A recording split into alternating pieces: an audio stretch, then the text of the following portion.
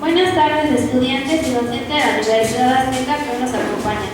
En nombre de la Universidad Azteca y la Coordinación de Pedagogía, hoy les doy la bienvenida a la continuación de este ciclo de conferencias. El día de hoy está a cargo del maestro Luis Fernando Ricardo Díaz, químico farmacéutico, biólogo con 18 años de experiencia docente, maestría en innovación y tecnología educativa con diplomados en aprendizaje acelerado, lectura veloz, elaboración de mapas mentales y logoterapia por el Instituto Peruano de Logoterapia Víctor Frank, graduado de la Asociación Latinoamericana de Desarrollo Humano. El tema que nos dará a conocer el maestro Luis Ricardo Fernández es titulado El aprendizaje acelerado. Unas recomendaciones es evitar salidas y tener los celulares apagados, por favor. Gracias. Buenas tardes. Bienvenidos a este pequeño curso, digámoslo así, de lo que es el aprendizaje acelerado. Creo que ustedes como futuros docentes deben estar interesados en tener una estrategia para aprender para sus alumnos. Este modelo que les presento en este momento pretende generar nuevas respuestas, nuevas alternativas para un aprendizaje eficiente. Creo que todos hemos pasado por situaciones difíciles de que se nos complica una asignatura y que necesitamos un método más eficiente para aprender. Bien, titulé a esta ponencia Aprendizaje acelerado, el uso de la sugestión en el salón de clase. ¿Y alguien podrá decirme qué entiende por sugestión?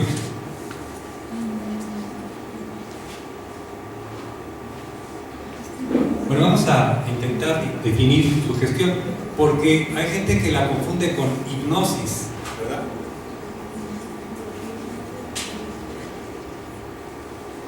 Bien, cuando hablamos de hipnosis, tenemos un sujeto que es, digámoslo así, sometido en un trance hipnótico a hacer cosas que normalmente no haría.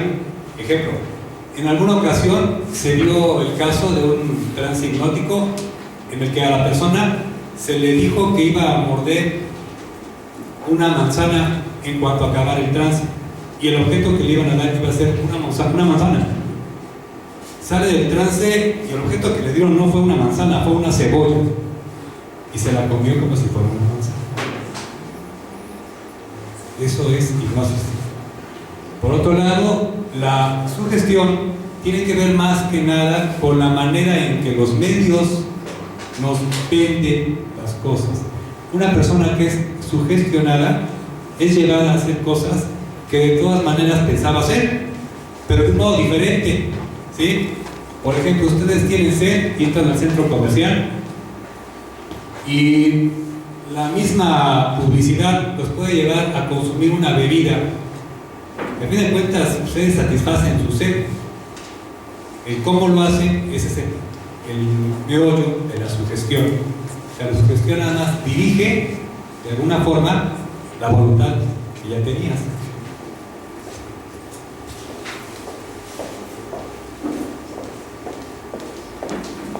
Bien, miren, en esta era en la que nos encontramos de los viajes espaciales, de la tecnología, es inconcebible que sigamos aprendiendo con una metodología de la época de las carretas, ¿sí? Donde un profesor se para al frente, recita todo lo que tiene que aprender y ustedes tienen que grabarlo en su mente y después reproducirlo para dar fe a que aprendieron, ¿verdad? Y la parte operativa pues deja mucho que desear. Entonces hace falta una metodología alternativa, y en esta era en la que se conocen tantas cosas de tecnología, de máquinas, de vuelos espaciales, pues también hay investigaciones a nivel psicológico, pedagógico, que debemos rescatar. Entonces la propuesta es cambiar esto. Un aprendizaje tipo diligencia no tiene sentido práctico en la era de la velocidad de los cohetes.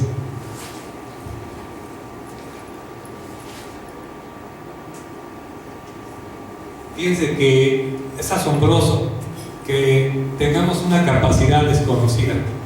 Se dice que nosotros usamos aproximadamente el 10% de nuestra capacidad, y el otro 90% está ahí, intacto. Digamos que es como se ve aquí en una montaña de hielo llamada iceberg. El 90% de nuestra capacidad permanece sumergida en el paraconsciente. Y el otro 10%, que es lo que nosotros creemos que somos, está saliendo a la luz. ¿Qué pasaría si pudiéramos accesar a este 90%? ¿Sí? Pues pasaría que el genio de la lámpara por fin podría salir. Descubriríamos potenciales que ni siquiera tienen nombre ahorita de nuestra capacidad.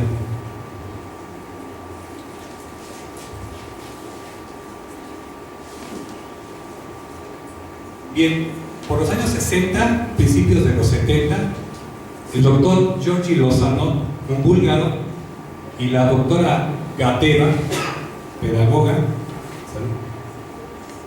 plantea una nueva metodología en la que la sugestión se une con la educación, y por esa unión le llaman sugestopedia. ¿Se entiende por qué? Sugestión aplicada a la educación. Esta nueva ciencia, digámoslo así, pretende eslabonar los conocimientos que se tienen de la sugestión y su poder para alcanzar ese potencial dormido que les comentaba con la enseñanza y el aprendizaje en el salón de clase.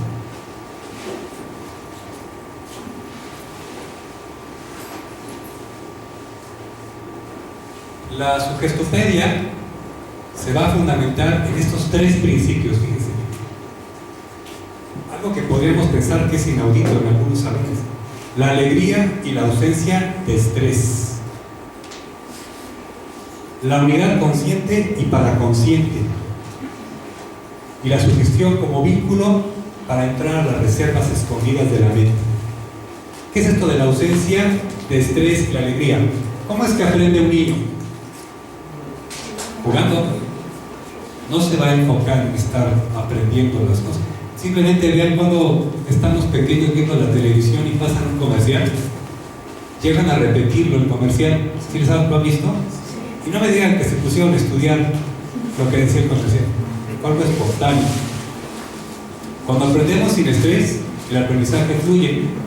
Cuando aprendemos bajo estrés, la sangre no se va al cerebro, se van los músculos para correr o salvarnos. Nos puede aprender bajo estrés. Esto ya lo sabíamos, ¿verdad? De alguna manera, todos de alguna manera somos conscientes de que no se puede aprender con miedo.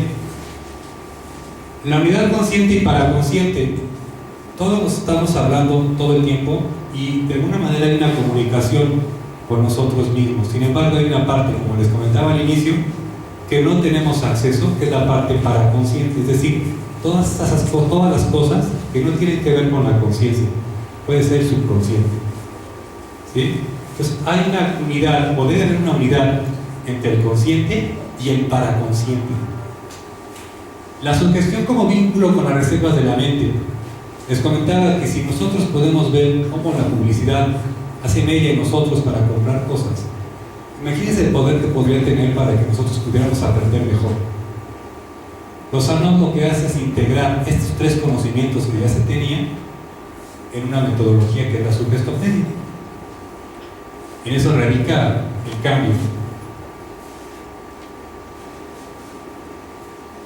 Bueno, cuando hablamos de comunicación, pues tenemos que pensar que la enseñanza es un proceso de educar, es un proceso de comunicación, ¿verdad? El profesor establece un diálogo con el alumno y hay receptor, oyente, obviamente un emisor. Sin embargo, cuando estamos nosotros hablando, tenemos ciertas barreras. Pueden ser prejuicios que uno tiene, pueden ser ideas preconcebidas que uno trae, pueden ser problemas para aminorar el estrés que puede ocasionar un auditorio, y esas barreras distorsionan el mensaje que ya teníamos pensado, ¿sí? Y el consciente influye al paraconsciente para que el paraconsciente genere la información y salga. De esta manera se produce el sonido, digámoslo así, el mensaje.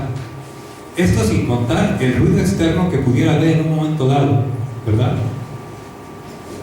Y por otro lado, el oyente también va a tener ciertas barreras al mensaje que está recibiendo.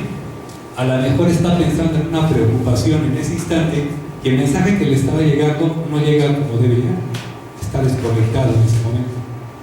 O puede ser que al hablar de un tema alguien se conectó con un recuerdo que nada tiene que ver con el proceso de aprendizaje y ya se fue por otro canal, que incluso puede hasta ser un canal totalmente perjudicial para el aprendizaje.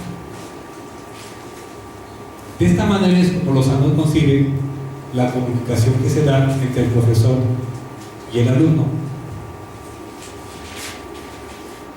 Sin embargo, estas barreras, si nosotros las desglosamos un poquito más a fondo, podemos dividirlas en tres tipos. La barrera lógica, esa barrera que me dice, bueno, aprender fácil no es lógico. Yo no voy a aprender eso. O la barrera ética, las creencias populares que se tienen sobre un aspecto cotidiano. Por ejemplo, aprender matemáticas es difícil, todo el mundo lo sabe. ¿Cómo pretende este maestro decirme que voy a aprender fácilmente? Está mal, definitivamente. La barrera intuitiva, hay algo en el mensaje que me están dando que me es incómodo, no me suena agradable y lo filtro, no lo acepto. Estas tres barreras van a impedir que una sugestión nos impacte. ¿Ustedes creen que sean importantes estas barreras normalmente? ¿Sean necesarias? ¿Qué pasaría si no tuviéramos estas barreras? Pues todo lo que nos dicen en la calle, todo lo que nos comentan, pasaría directito a nuestra mente inconsciente y generaría una nueva creencia de nosotros mismos. Y esto puede ser bueno o puede ser muy malo. Entonces, la idea no es romper, destruir las barreras. La idea es modificar las creencias que tiene la persona sobre el aprendizaje. Aparte de existir estas barreras, hay una conciencia que nosotros tenemos que se llama conciencia periférica. Se han hecho estudios y personas también sometidas a hipnosis les han preguntado, por ejemplo, ¿cuántos pasos hay de aquí a la puerta? Y nadie los ha contado. Sin embargo, contesta correctamente. ¿Cómo es eso? Pues hay una percepción periférica en todos nosotros. Estamos aquí, pero estamos percibiendo también alrededor. Estamos captando alrededor.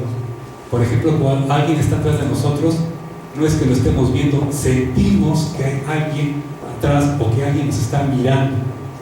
Eso es una percepción periférica. Cuando nosotros entramos con una sugestión a partir de una percepción periférica, la única barrera que tenemos para llegar a la nueva creencia y generarla es la barrera intuitiva.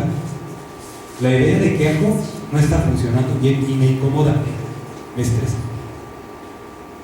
Si podemos entrar a través de este canal, digámoslo así, la única barrera que tendremos es esa, y es el camino más corto para generar una nueva creencia en los alumnos de mejora, de aprendizaje veloz.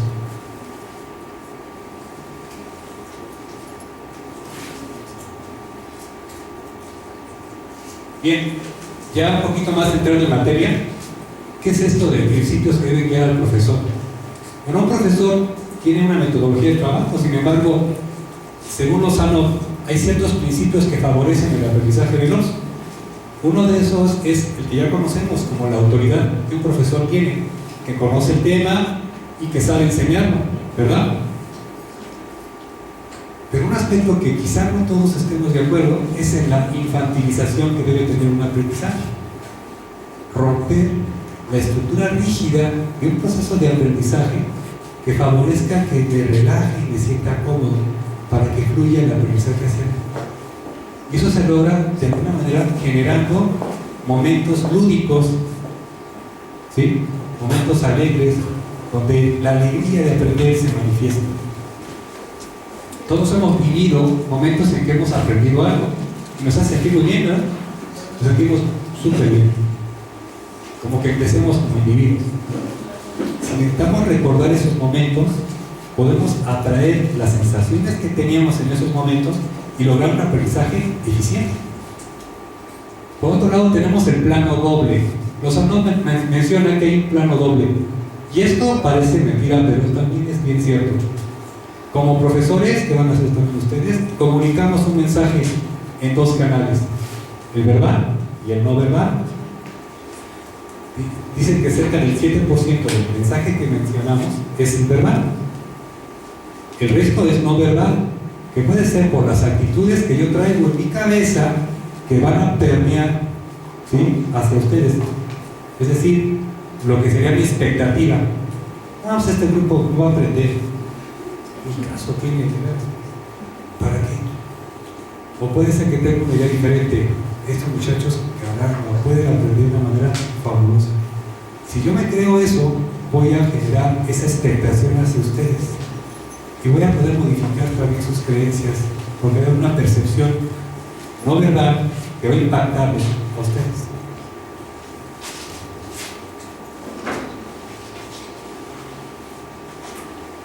También aquí importante sería la entonación. A veces nosotros como profesores comunicamos un mensaje, y yo también lo incluyo, ya estando cansado, y empiezo a ser un poco monótono al hablar, y genera el mensaje de que la clase va a ser aburrida, y el alumno lo capta y se empieza a dormir. Pero si el profesor está entusiasmado en lo que está diciendo, esa entonación se va a llevar a cabo, ¿sí? Por otro lado, otro elemento del modelo de Lozano es el ritmo. Y el ritmo, tal cual, tiene que ver con usar música. Y usted va a decir, ¿cómo que música? Sí, la música conecta con regiones de nuestro cerebro que normalmente no vinculamos con el aprendizaje. Se supone que tenemos dos hemisferios, el derecho y el izquierdo. El derecho se encarga de las cuestiones espaciales, ¿verdad? Para los que son diestros, pero para los que son zurdos es al revés. Y también de las cuestiones musicales. El hemisferio izquierdo, por su parte, se encarga de las cuestiones lógicas y secuenciales, las matemáticas, ¿verdad?, las ciencias.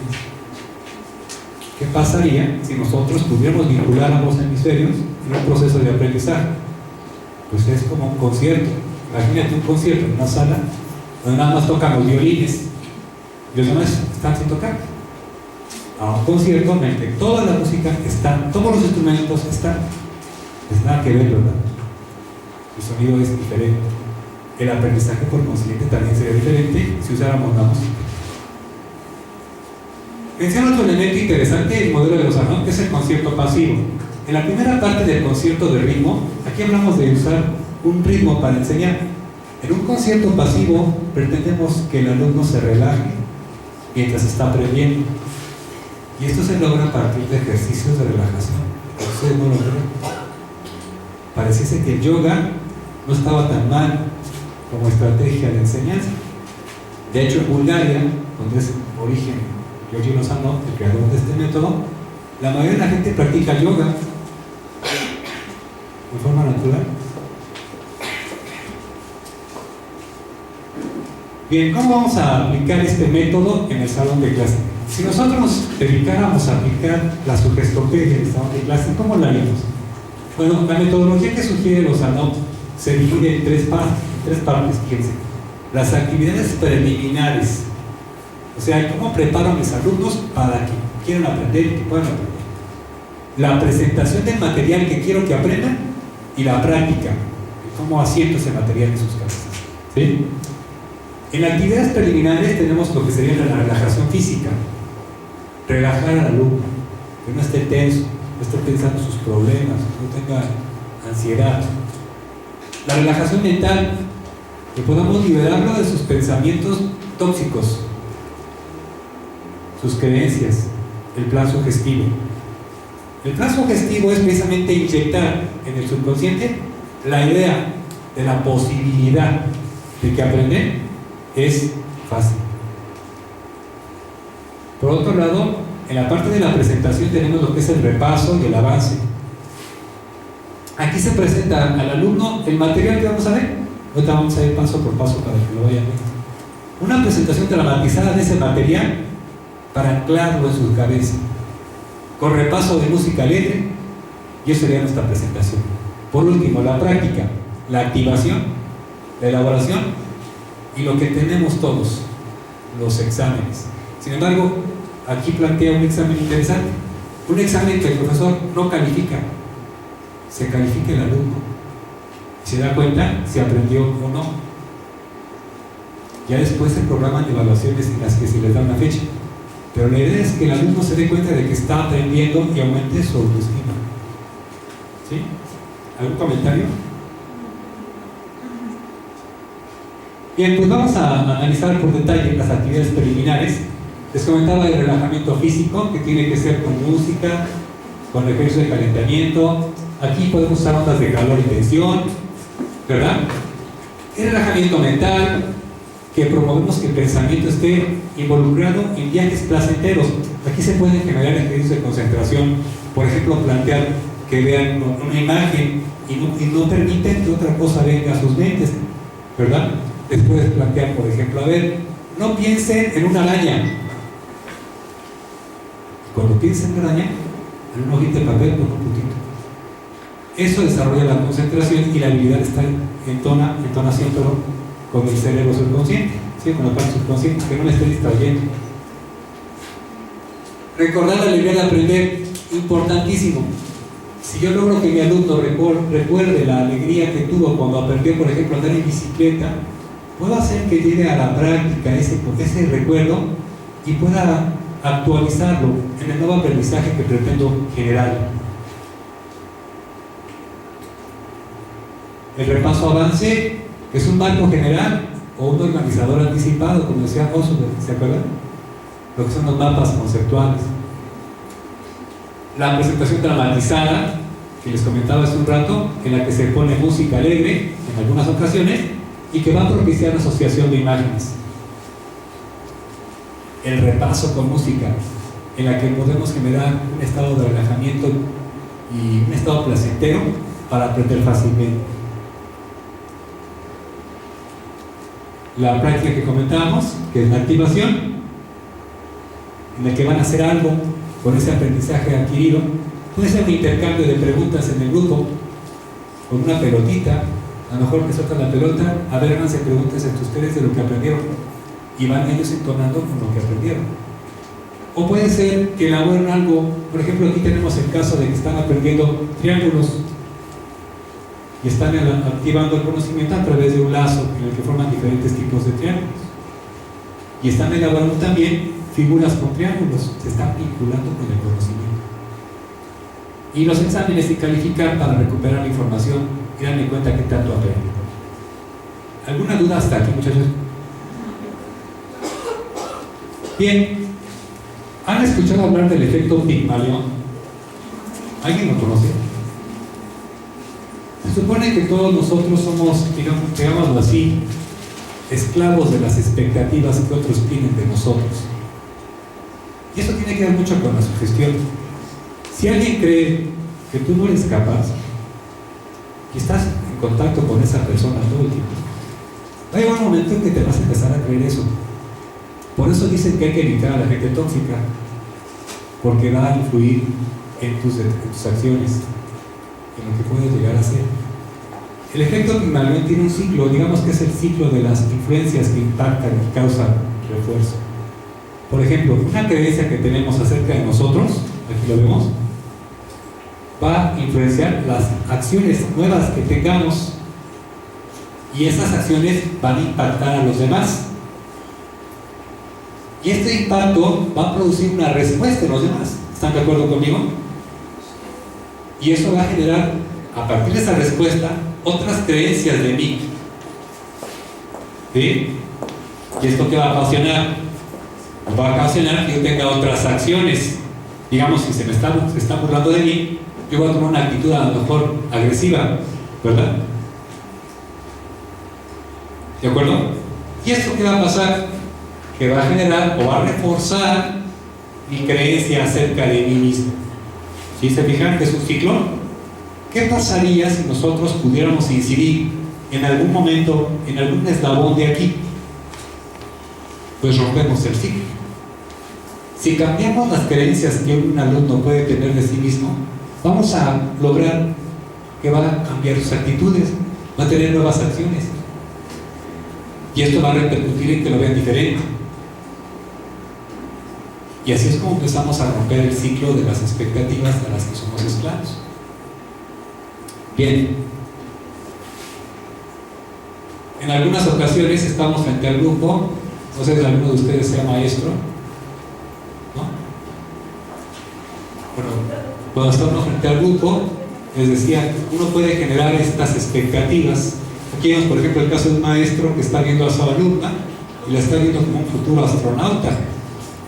Una expectativa que le está mandando, que aunque no le dice nada, el mensaje no verbal, les digo que es muy poderoso, le está llegando a la alumna. Seguramente va a afectarla en sus actitudes, en su comportamiento, en sus creencias, y puede generar nuevas creencias de ella misma.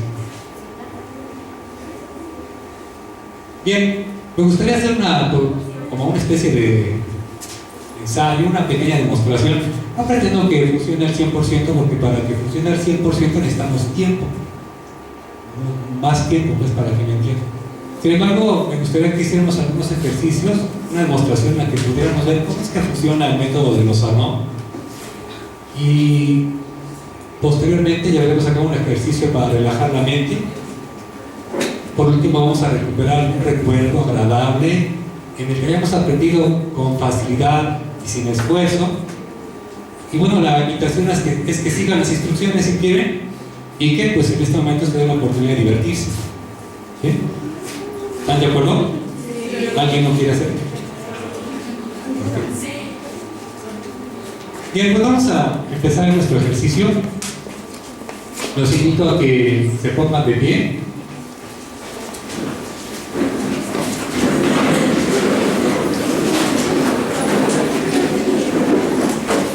Y se fijan, algunos están estirando, eso es natural, pues vamos a seguir haciéndolo. Vamos a imaginar que arriba de nosotros hay una rama, ¿sí?, que tiene dinero.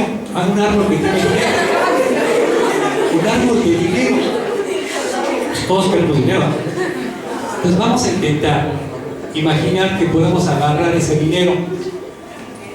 Pues hay que estirar suerte. Ese billete que está allá arriba, ese de 500. Péscalo. Estírense bien con sus dos manos.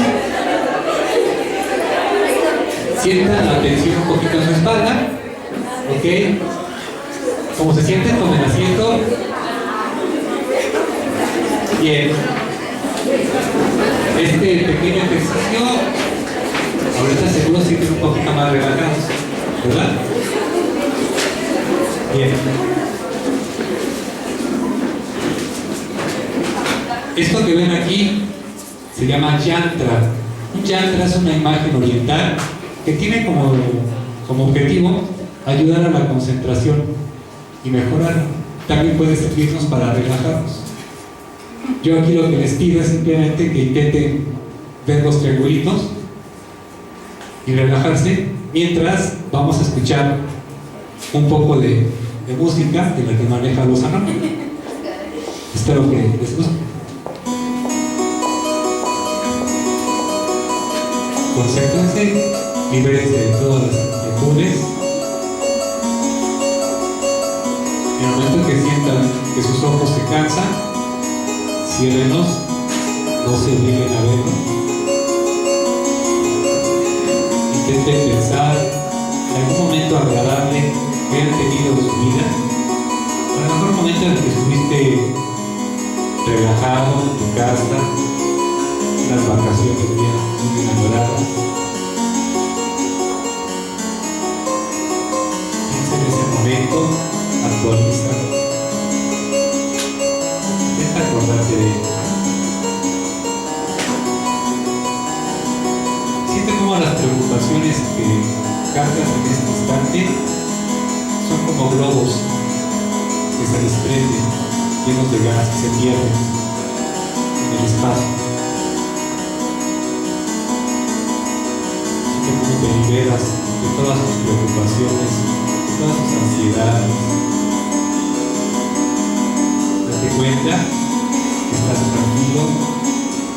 sereno, estás en paz contigo mismo.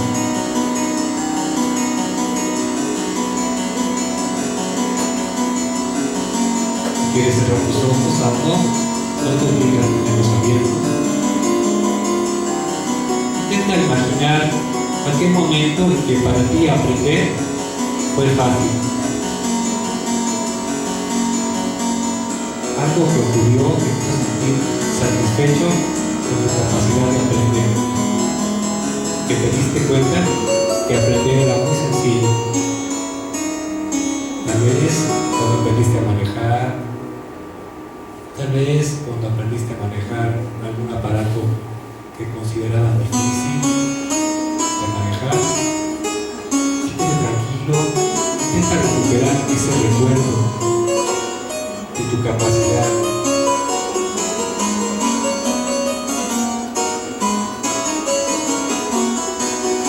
Relájate, siéntete libre.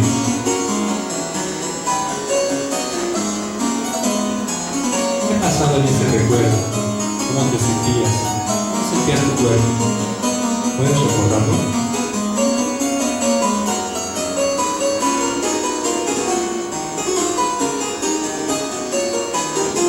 Para ti aprender es algo fácil, ya lo has hecho. Aprender es divertido. Aprender es lo más importante que el ser humano tiene que hacer en esta vida.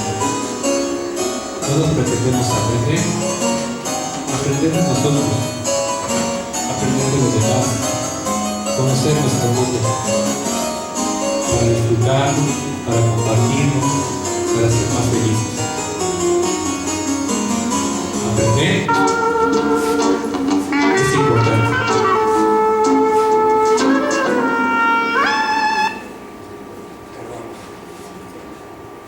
Bien, vamos a llegar a lo que sería, una vez que están ustedes relajados, ¿cómo se sienten? ¿Cómo se sienten? ¿Se sienten angustiados? ¿Tienen miedo? ¿Están preocupados?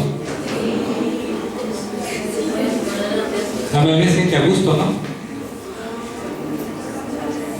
Bien, vamos a suponer que yo ahorita fuera su maestro de química, digámoslo así, y tuviéramos que recordar algún tema de química.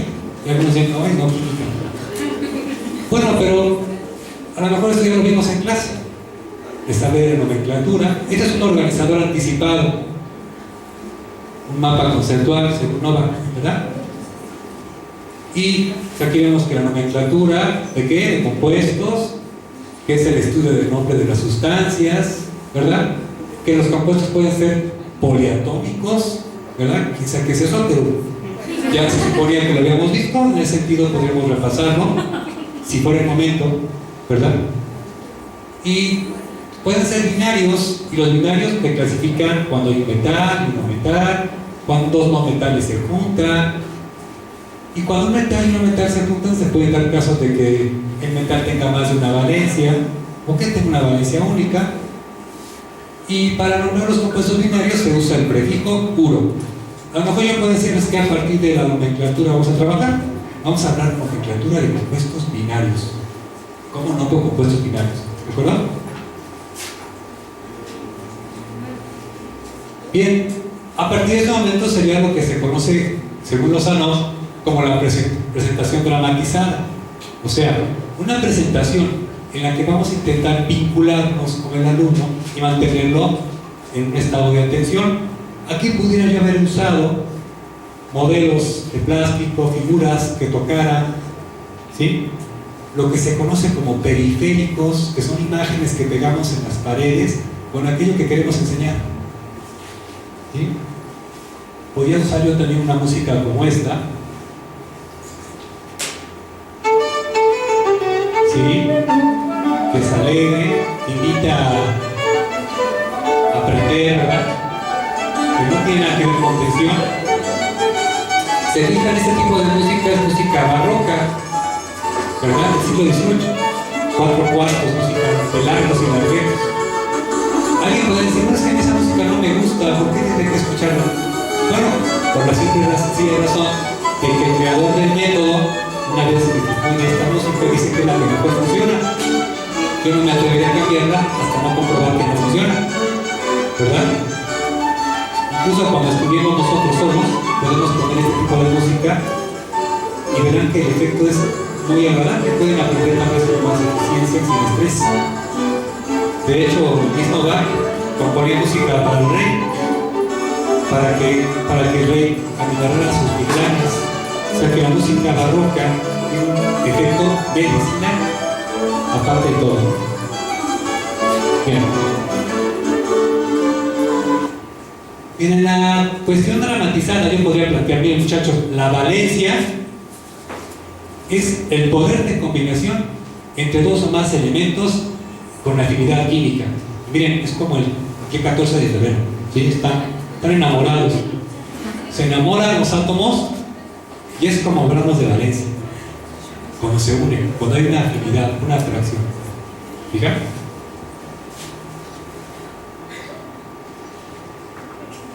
En la tabla que conocemos como tabla periódica tenemos elementos metálicos y no metálicos. Resulta que la mayoría son prácticamente metálicos, son una pequeña fracción no metálicos. Sin embargo, los no metales tienden a unirse con los metales para formar compuestos. ¿Sí? Esa es la idea. Y bueno, tenemos metales que tienen lo que se conoce como valencia de 1, por ejemplo el sodio, el potasio, el sodio Na. Empezamos en sodio, suena como soda, ¿no? Una soda. Y Na como una soda de naranja, ¿no? Una soda de naranja. Puede ser. Potasio, una como popó, ¿no? Como K, ¿no? O sea, no me puedo acordar por ahí. Esos trucos me pueden ayudar a recordar. Porque aquí uno puede ver entre potasio y la letra K, nada, ¿no? Pues yo puedo crearlo. Es que tiene valencia 2, el calcio, el bario, hay más dificultad porque empiezan las dos letras ya, calcio y bario. Con valencia 3, el aluminio y el germanio que se usa para los radios, para los transistores. Y bueno, como son metales, ¿verdad? Son metales. Estos que estamos poniendo aquí son metales. Como no metales tenemos aquí tres, el cloro, el bromo y el yodo. Y esos tienen valencia de 1. Pues ven, esta nada más tiene una manita. ¿Ok? Vamos a ver cómo es que se unen estos elementos para formar los compuestos.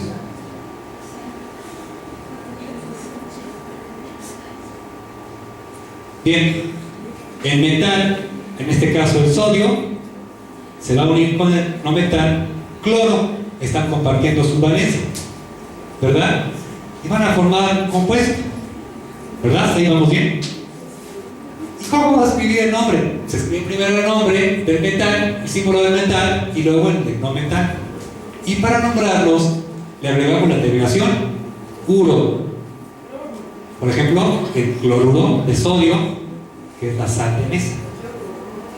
¿Sí? Les digo, esto lo pueden aplicar en algún curso, aunque no se diga. Bueno, aquí tenemos un caso interesante. El caso del aluminio, ¿verdad? Que tiene 3 valencias que se unen al cloro. Pues como son 3 cloros los que van a unirse al aluminio, pues vamos a poner la fórmula, primero el metal, luego el no metal y 3 cloros, ¿verdad? Y con eso formaríamos el cloruro de aluminio. Importante conocer la valencia del elemento. Bien, hasta aquí sería el concierto activo. Entraríamos a un concierto pasivo. Si escuchan la música, esta música nos está invitando a que nos relajemos. ¿Sí? Obviamente, la idea es mantener un estado de tranquilidad en nuestra mente. No importa que cierres tus ojos si lo sientes necesario. De hecho, hay una parte que les comentaba, es la parte periférica que está escuchando, está percibiendo. Bien. Entonces vamos a hacer un pequeño repaso, en este repaso pasivo de la información. Les comentaba que la valencia es el poder de combinación entre 2 o más elementos.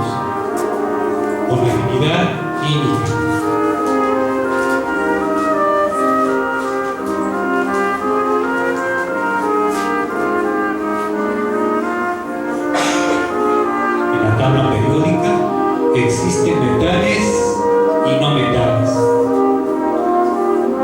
La mayoría son metales y son pocos los no metales.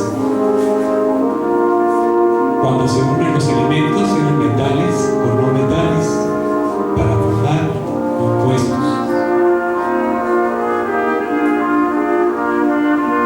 Los metales se unen con los no metales, formando los compuestos según la valencia.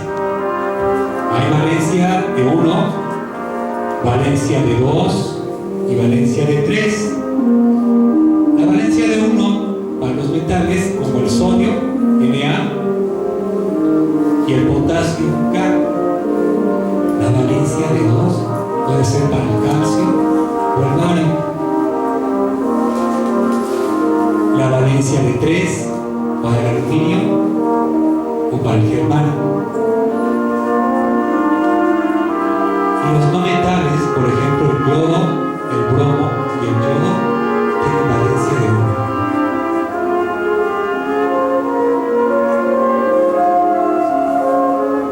Para nombrar un compuesto, primero se escribe el metal y luego el no metal según su valencia. Y se nombra primero el no metal con la terminación uro y luego el metal.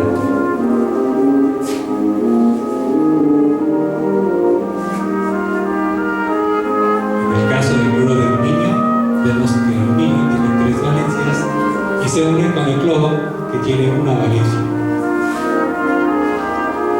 para formar el cloruro de aluminio. Bien, si seguimos en esta ruta, obviamente yo lo estoy planteando muy breve. Yo podría en este momento hacer una activación de los conocimientos que ustedes adquirieron.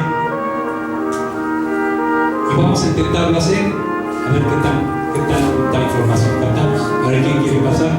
Estamos alguien que represente al cloro.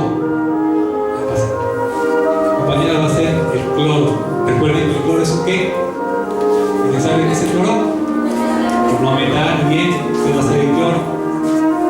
Alguien que represente al calcio. ¿Quién quiere ser el calcio?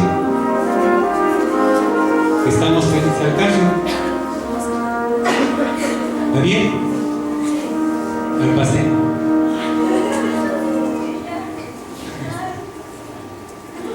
A usted, el pase, ya me agarraron.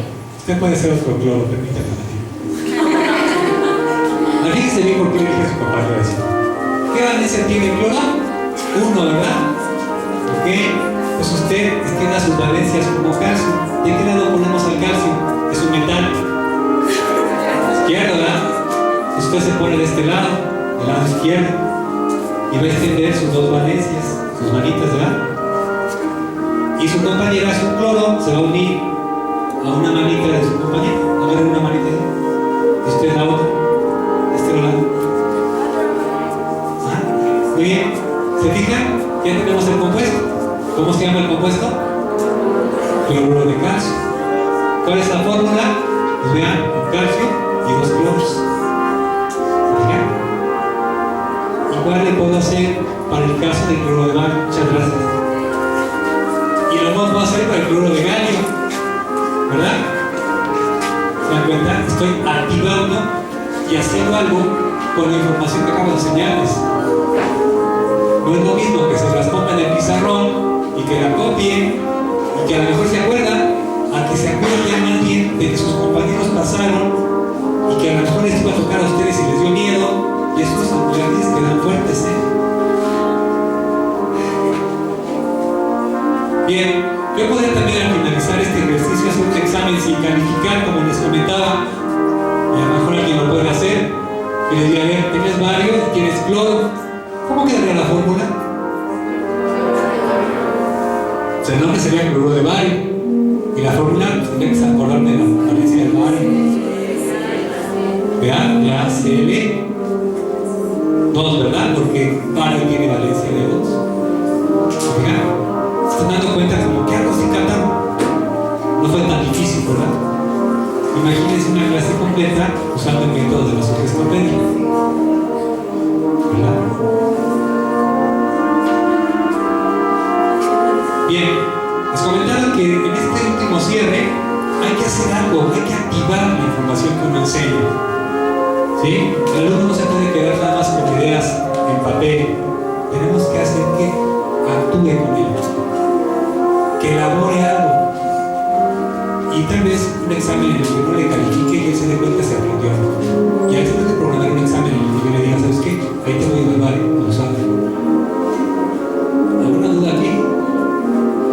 ¿No? Bien, pues estas son las referencias que pudieran ser útiles si a alguien le interesa. De todas maneras, si a alguien le interesa, le puedo mandar por correo si alguien me ayuda más información sobre el método de Lozano. Les digo que como estrategia alternativa de enseñanza es muy útil. Yo en lo personal lo he usado con mis alumnos y se han logrado cosas muy interesantes. Desgraciadamente no tenía en este momento unas imágenes para que vieran las fotos de cuando estoy aplicando en el salón de clase. Pero de que es impresionante lo es. Logras cosas muy interesantes con ellos, sobre todo que cambien su percepción de sí mismos. Si logras eso en una persona, ya lograste mucho más. Bien, pues muchas gracias.